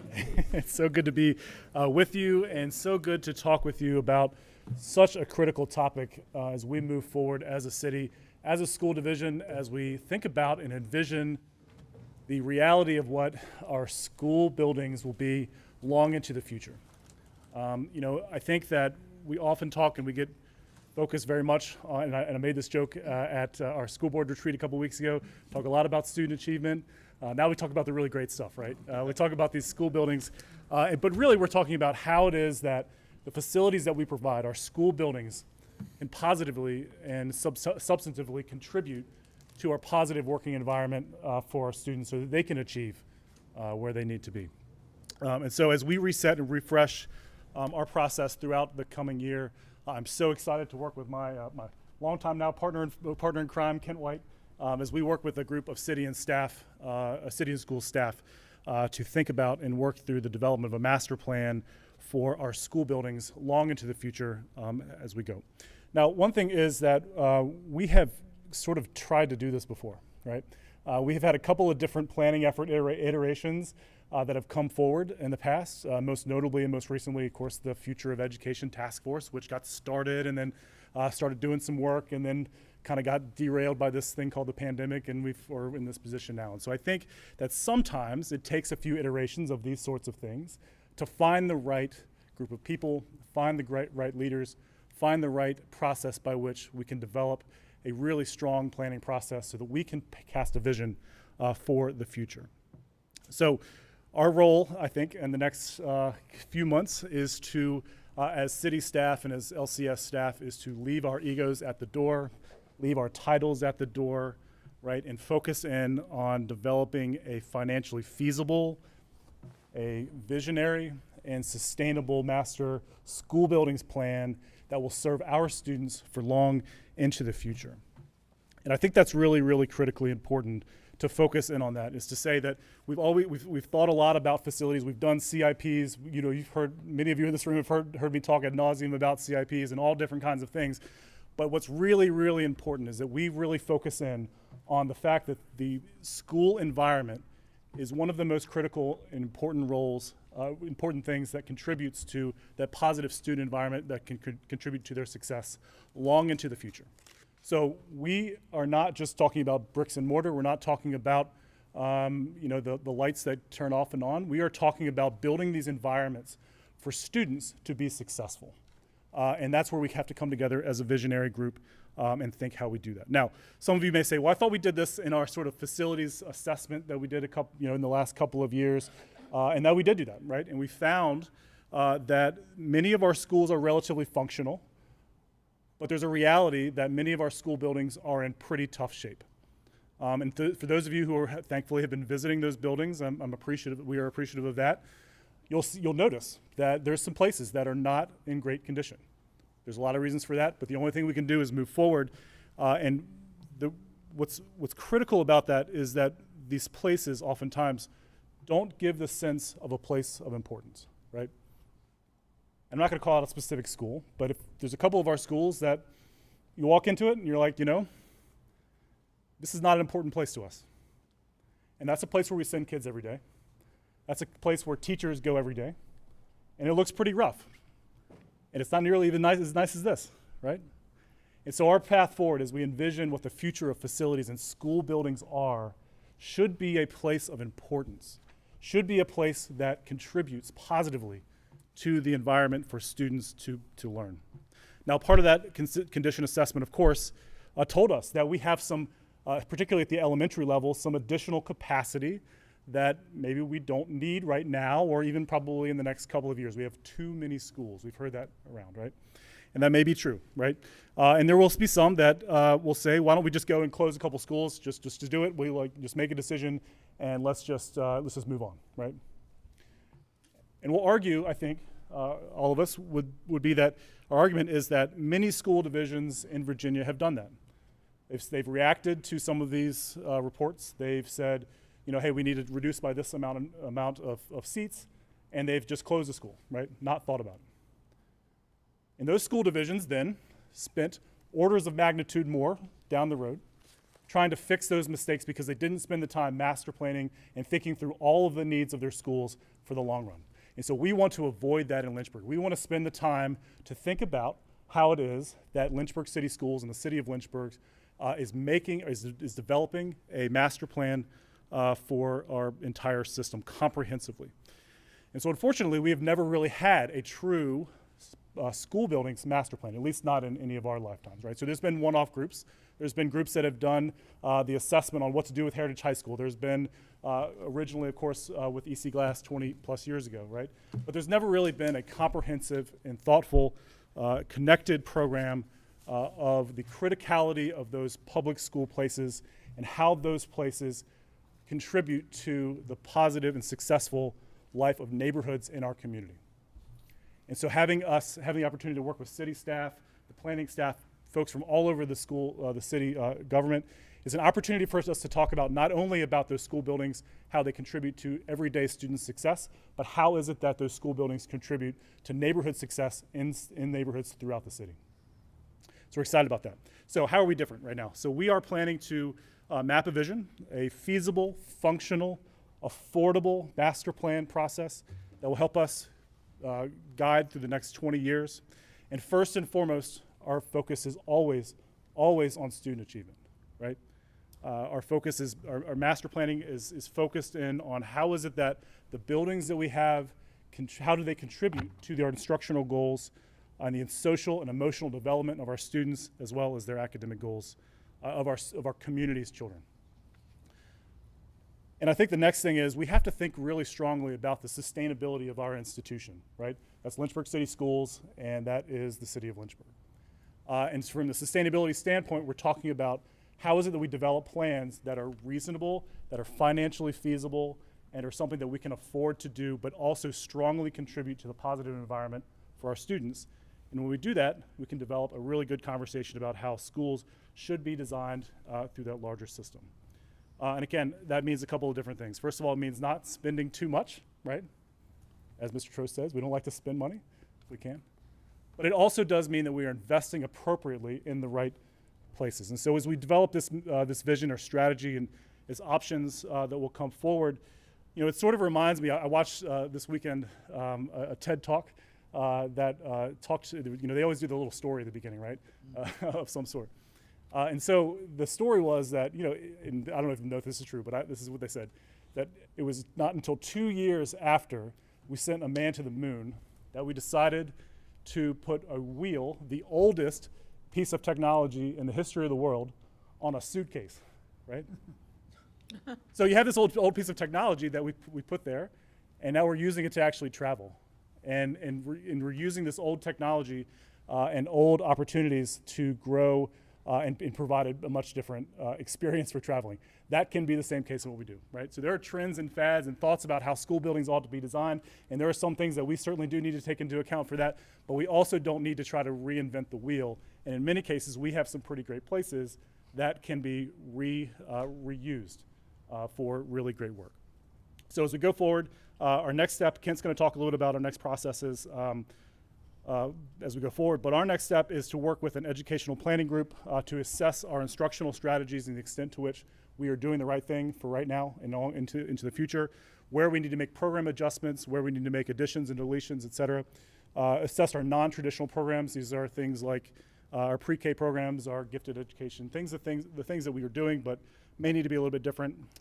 Certainly facilitating our long-term vision for the physical design of our buildings. And realizing that there will be a process where we have to think from a blank slate, what does our school division look like, right? And that might be putting on the table things like closing schools, right? Modernizing some schools, consolidating some certain schools, or maybe even new school buildings. I don't know what those are going to be yet, but I think all of us have to have our minds made up that we are going to have a blank slate when we go forward. And that's kind of where we are. And the last thing is, of course, developing a student assignment strategy that meets and helps the students' social and emotional development that develops also neighborhoods. So Kent's going to talk a bit about our process forward, and that's kind of the vision of what we're trying to do. So, go ahead. Good afternoon, everyone. My name's Kent White. I am super excited about this challenging project that we're working on because it's going to make a difference long term. And I know I commend you for all your work to push this forward. I want to go back to something Dr. Wotica said, that facilities assessment was the important first step to figure out what our inventory looks like.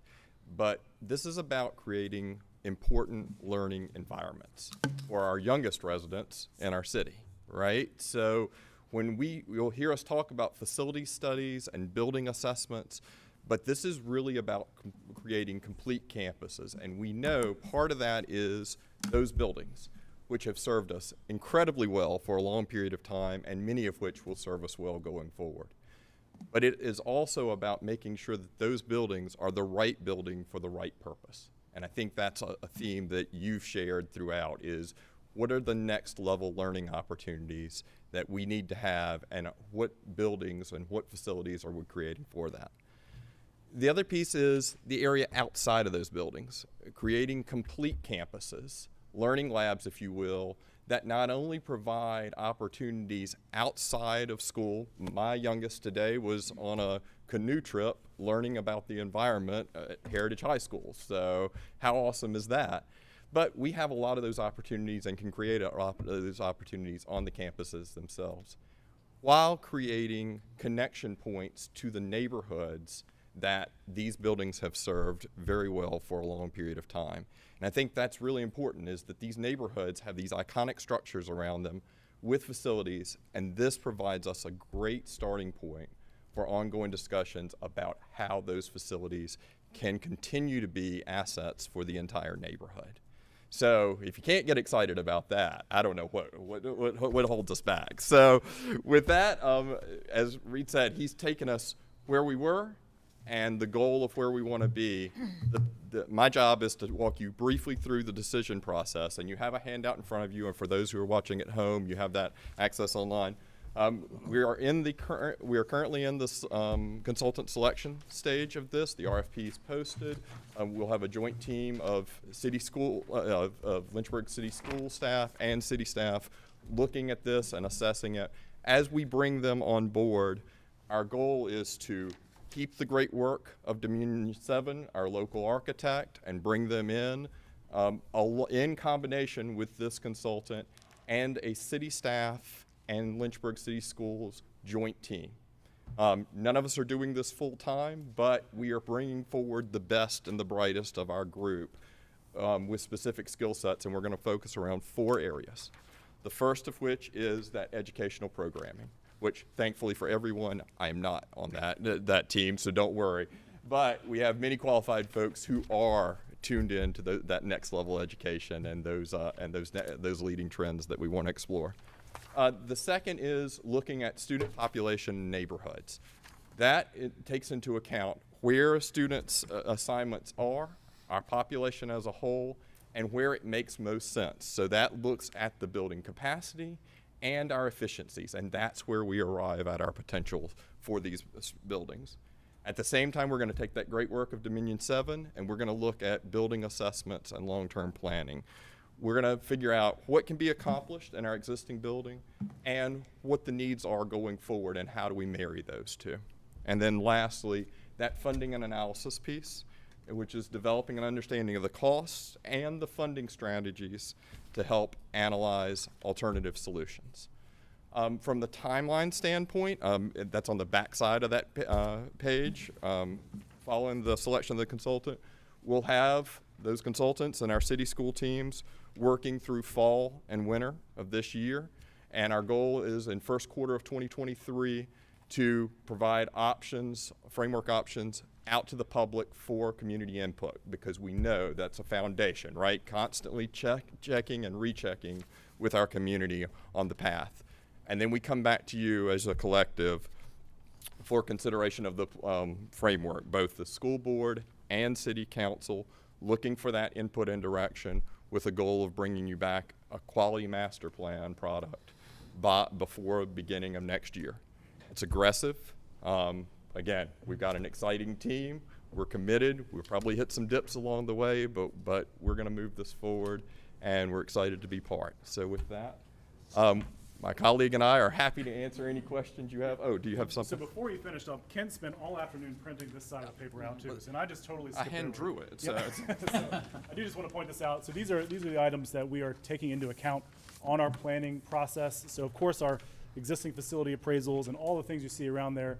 Again, no certain particular order, but these are the things that are interesting to us that we think really make a lot of big difference and a lot of sense to focus on. So I apologize for skipping over that in my comments. And, all right, so there's that. So we'll take any questions you might have. Councilmember Helgeson? Thank you. Well, going with the theme, your consonants alliteration theme of what did you say? Reset and refresh. I got another R for you with regarding especially the facility studies is right size. Our schools, we've lost 2,000 kids. We got the same number of buildings. Let's figure out how we can actually right size our school division, that's buildings and staff, in conjunction with the size of the enrollment. So I think if we can do that with this facility study and utilize the understanding that we've, lots of places, as Reed said, lots of places that when they've had such a precipitous decline in enrollment, they've closed schools. We've had the same for the last 20, 30 years. I don't know. I don't even know when the school's been closed or changed. So let's add that R. Let's right size. Dr. Brennan. I just have to make this one comment because I think everyone in the school board cringes when they hear how so many students have left the school. The facility project that was done by Dominion 7 clearly lays out what the enrollment has been for the past 10 years and what they predict for the next 10 years.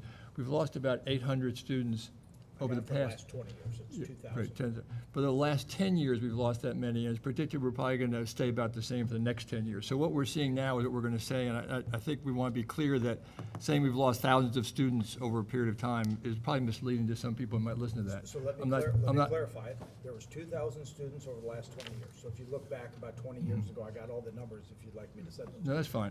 So over the past 10 years, we've lost 800 students. And the next 10 years in particular, we're going to stay about the same, just for information. The only comment I want to make is that I think someone was saying about what important projects we have. I think the facility project is the important project for Lynchburg City Schools and for City Council. I've heard Councilman Tweedy make the comment that this is huge and we can't kick the can down the road anymore. We have to address it.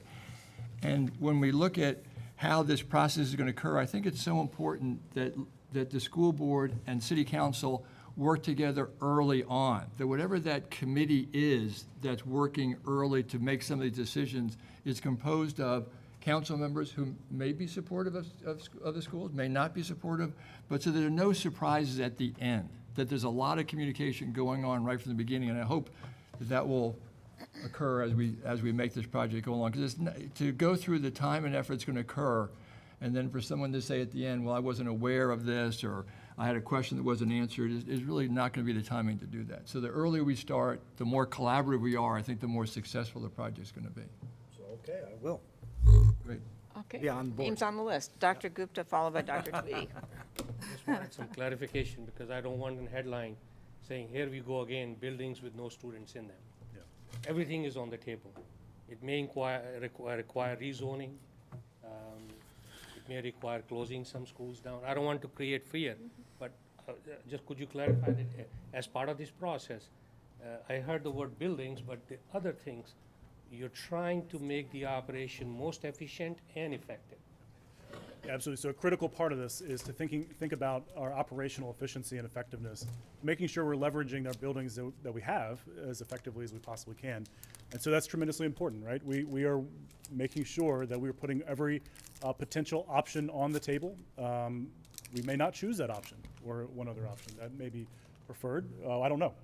That's why we go through the process and do the community engagement, do the analysis, do the thought process, so that we develop a true and clear master plan that helps us understand what are our needs now and long into the future, so we put ourselves forward in order to be successful for the long run. And just a reminder, for this group and the listening public, we did do 5 community conversations in the spring once we received the facilities condition assessment. And at each of those 5 community conversations, none of which were held in the schools, they were, well, actually they were in the schools, but they were at different schools in different locations and one at a church, just so that we could get community involved. One of the first things that we said, and on the slides, was consideration for new buildings, possibly, closing buildings, consolidating buildings, rezoning, looking at the demographic study. So we have been very transparent with our community that this study may lead us in any direction, but all of those directions are on the table. And we, to Dr. Brennan's point, we would never want anyone to say, well, I didn't know that that was a possibility. And that's why we did community conversations very early, as soon as the information came out, to let the community know this is where we are and more work to come. Dr. Tweedy? Yeah, I'm very excited about the presentation and about the idea of the collaborative conversations early on between community development and the schools, because the schools are in neighborhoods.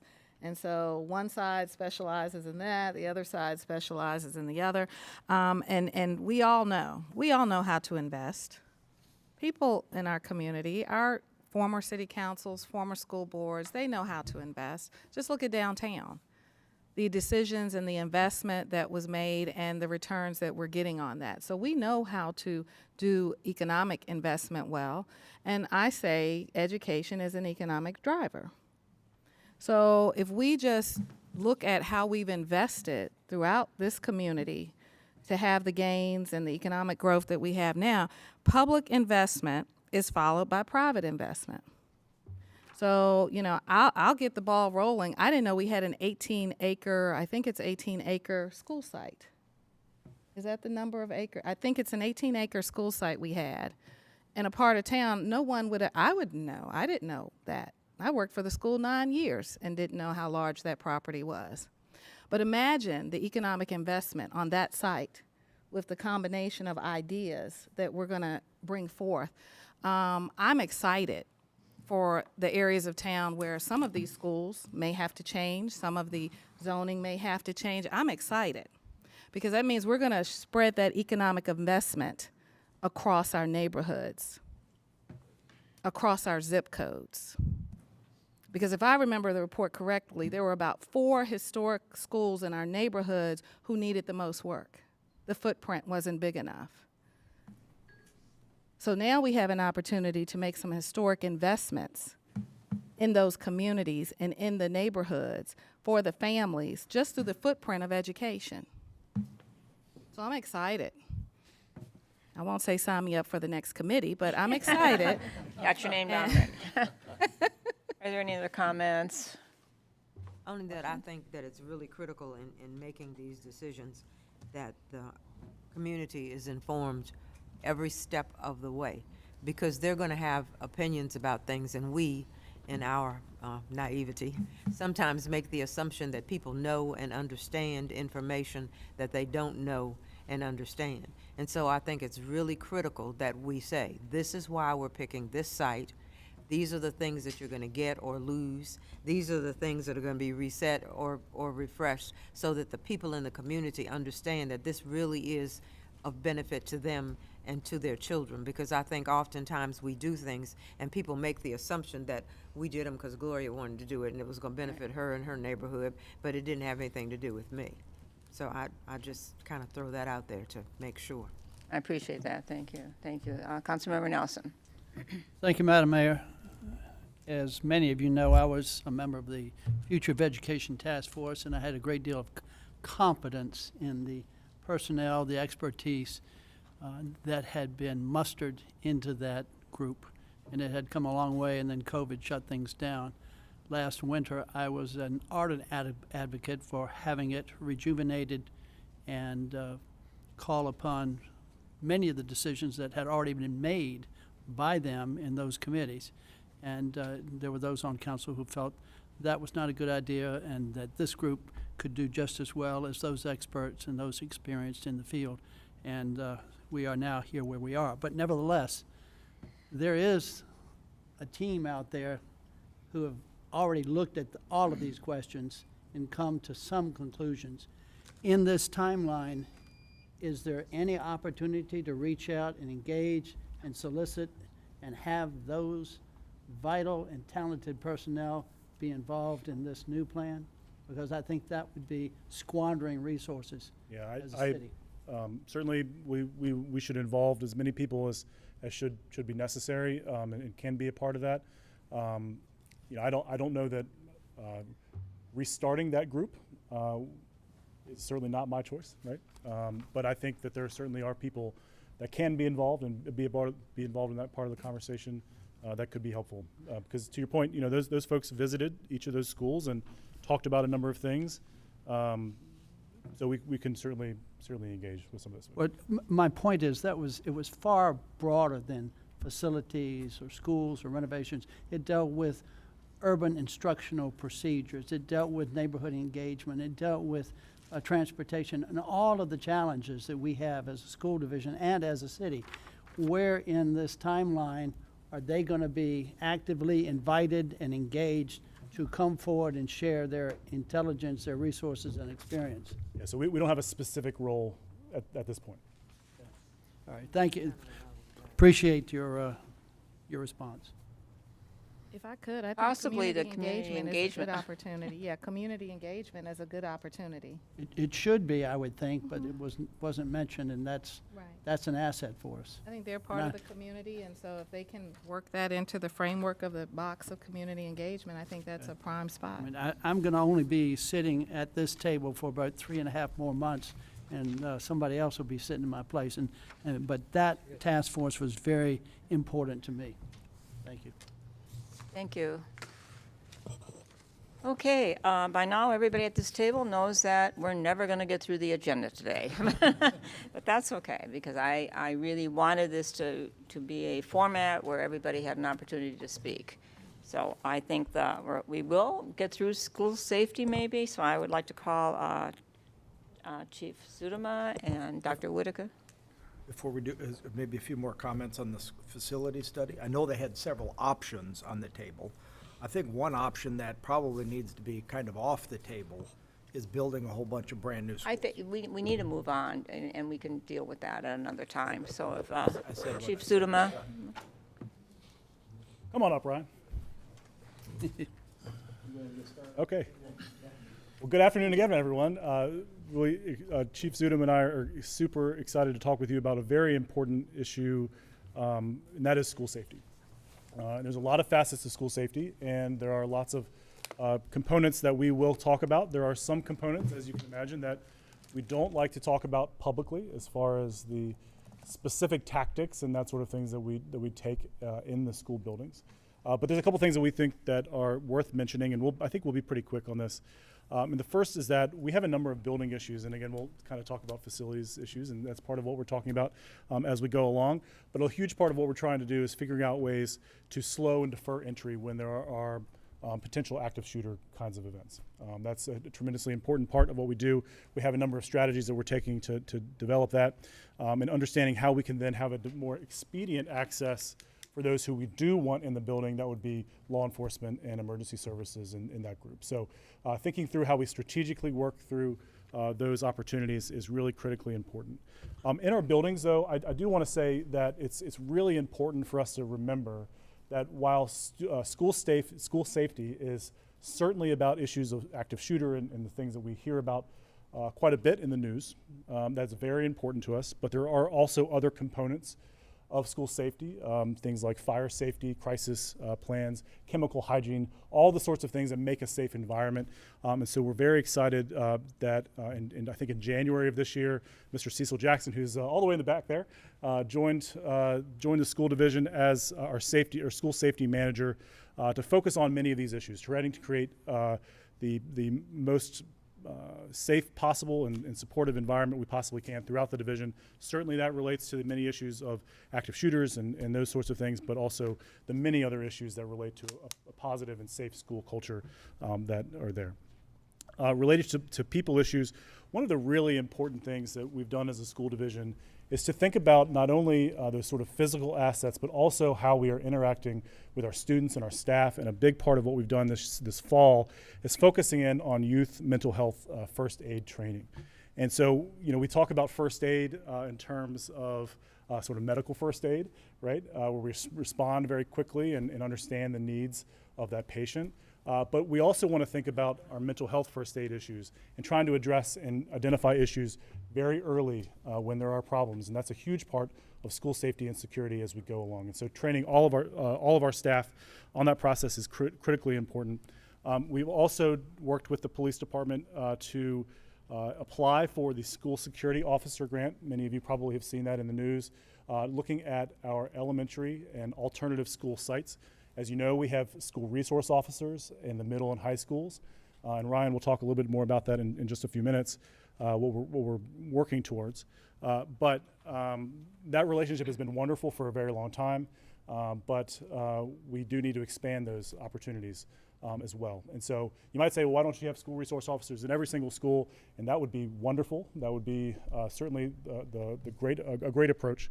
But unfortunately, I think Chief Zudem has probably said to you a time or two in the past that he's had some challenges filling those positions. And I think adding 11 or 15 more of those positions on for positions we can't fill anyway would not be probably very successful. And so we're taking this school security officer route.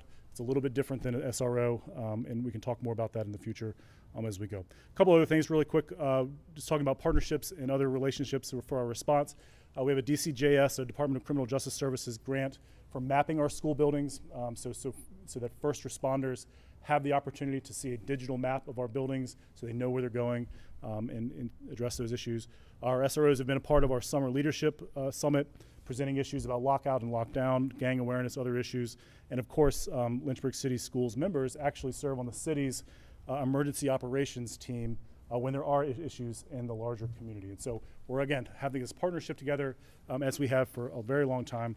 And the last thing is that we want to point out to our community is to remember that when you visit our schools, if somebody doesn't open the door for you, we're not being rude, we're just being safe. That's what the superintendent likes to say. And so what we want to make sure is that the people who are supposed to be in the buildings are there and are safe, and the people who aren't supposed to be in the buildings are not there as we go forward. So very quickly, I'll just turn to Ryan. I realize I'm standing between you and dinner, so I'll be quick. We've obviously been working with the school division for decades, really, on school safety, formally with our school resource officer program that started in the late 90s, but it's been a long-term partnership spanning many police chiefs, many superintendents, many city managers, and I think regardless of who sat in your seats, everybody's always been focused on trying to make sure our schools are as safe as they can be.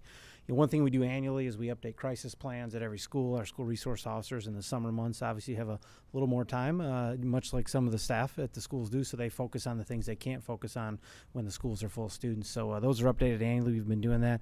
One thing I asked our school resource officers to do this year after Uvalde was, and the timing worked out actually well just because it was about the time schools were getting out, was to do really a full assessment of all of our school facilities in terms of safety, in addition to the crisis plans, literally going to every door, to every lock, to every camera, to every point of access and see what they can find. We provide a very initial 30,000-foot kind of overview of immediate things that we saw to Dr. Edwards and her staff. They have been working in conjunction with our resource officers to address those things. Some of them are protocols, some of them are hardware and things like that. Again, for operational safety purposes, I'm not going to get in this format to discuss those. If that was something you ever wanted to discuss in a closed session, we could certainly arrange that. And then we're working on a longer-term report out that'll be coming out hopefully within about the next week. Last I checked, it was around 130 pages. I believe. So it's looking at literally every school and saying, hey, here are the recommendations that we as a police department in conjunction with working with school staff have identified as things that can help make the school safer for not just our students, but for our staff and faculty and administrators. We attended on August 11th a School Safety Summit. That was something put together by Senator Newman, where he invited all the local superintendents, all the local police chiefs and sheriffs to come together and just kind of talk through what the state can and will be able to do to support us, and then also just to collaborate and work to see what other folks are doing across the way. And I'll tell you one simple thing that comes out of that and the importance of collaborating. We have marked the outside of our doors at the school division for decades. If you go to any school, you see huge numbers that are about this big. That's for our first responders. So they know to go to door 7 or door 6 or whatever it may be. And we met in a Campbell County school, and I was sitting in a room, and I looked on the inside of the door, and there was a big number there. And I'm like, well, gee, we don't have that in our schools, I don't think. So that's something simple, because if you're that teacher or you're that administrator, you're maybe not in your room and something really bad happens and you got to call 911, we want you to be able to say, I'm at door number 4 without having to run outside the building and look to see what door you're at, right? So just little simple things like that, and that comes from that collaboration that we continue to share. We've certainly been working, as Reed said, I've had many discussions with Dr. Edwards and with Reed over the last several months about how do we better collaborate on safety at the schools where we don't have SROs. And again, in a perfect world, as Reed said, I'd love to have a pool of 15 police officers sitting aside just waiting to do nothing, right? And say, hey, we'll put them all in the schools. We just are not at that place right now. We still have vacancies that we need to address, and my primary responsibility is to answer 911 calls for you as residents of our city. So we think that the school security officer program that is funded, hopefully, through a DCJS grant is a good compromise. It's something that still meets the needs of safety and security, and we'll probably offer some other tools for the school as well to use that position for. Just so you are clear on that, if awarded, that school security officer program is something that's actually been in place through Department of Criminal Justice Services since the early 2000s. And there's other localities that have employed this model successfully around the state for many years. This program at the school board's ultimately your decision whether or not this individual would be armed or not armed. And there's a lot to consider with that, and we will talk through that, I'm sure, at a later date if it gets done. But the state code right now says that is the authority of the school board to make that decision. Should you decide to arm those individuals, then that kicks in a lot of other things that individual would have to have in terms of training. They would have to have approval of me as the chief law enforcement officer for our locality to say that, yes, this person has passed a background check. Yes, this person can meet the standards they need to meet to safely and effectively be in a school with a firearm. So those are things you'll need to think through. As far as arrest authority for a school security officer, that is something, they don't have full arrest authority. They do have the authority under the Code of Virginia to detain for criminal violations. So if, a parent was in there for whatever reason and acted out and broke a law while they were in the school, that school security officer would have the authority to detain them, obviously contact us. We would then show up and conduct the criminal investigation and determine what needed to happen from there. So we're grateful to have such a good working relationship.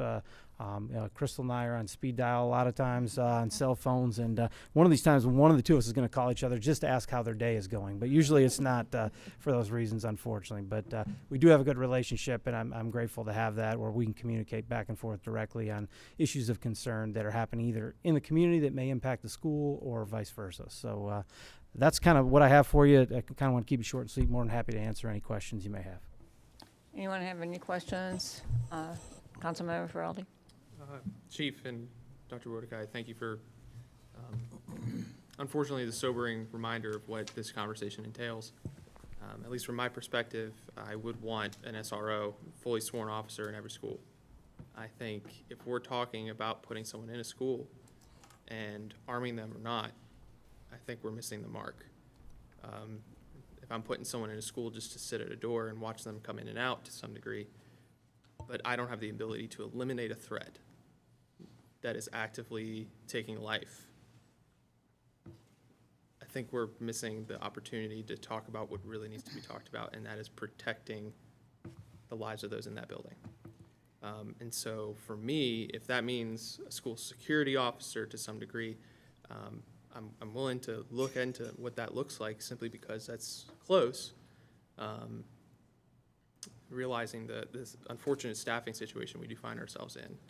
So I would hope, at least on this perspective, we are exploring an armed individual of some sort in every building.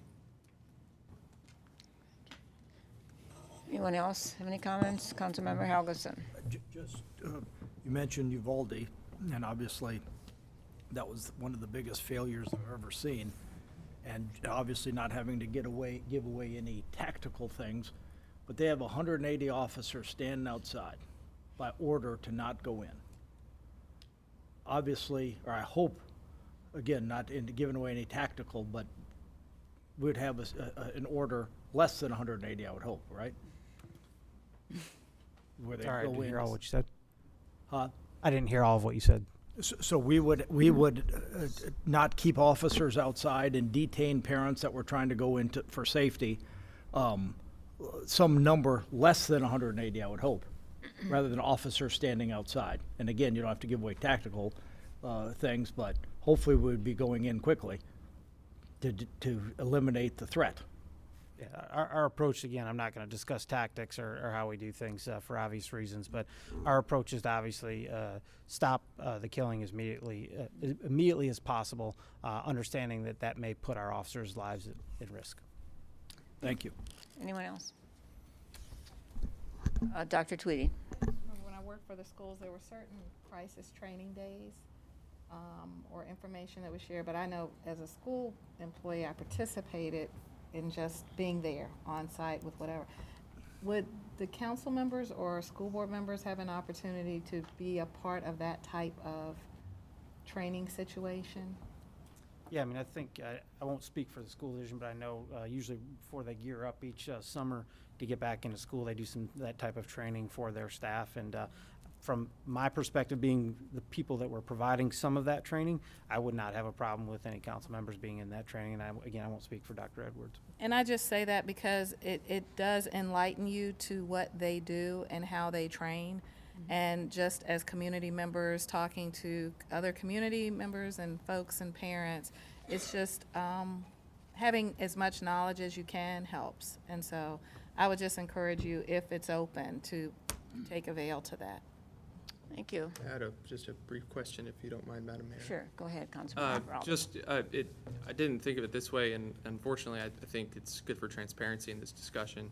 In the event of an unfortunate circumstance, if we had a security officer, or excuse me, security personnel who's employed through the schools, would they be reporting to the superintendent in that unfortunate situation, or would they be reporting to you as the chief law enforcement officer? So yes, both. So the way the code is written for the school security officer, they have to be employed by the school division, and they would then fall under the school division in terms of day-to-day routine stuff. The goal of this program, should it be funded, obviously through this grant, is this is a collaboration. This isn't just going to be like, congratulations, Crystal, go figure it out, right? That's not it. We're going to work with these, and we're going to train with these folks together, so there'd be a clear expectation.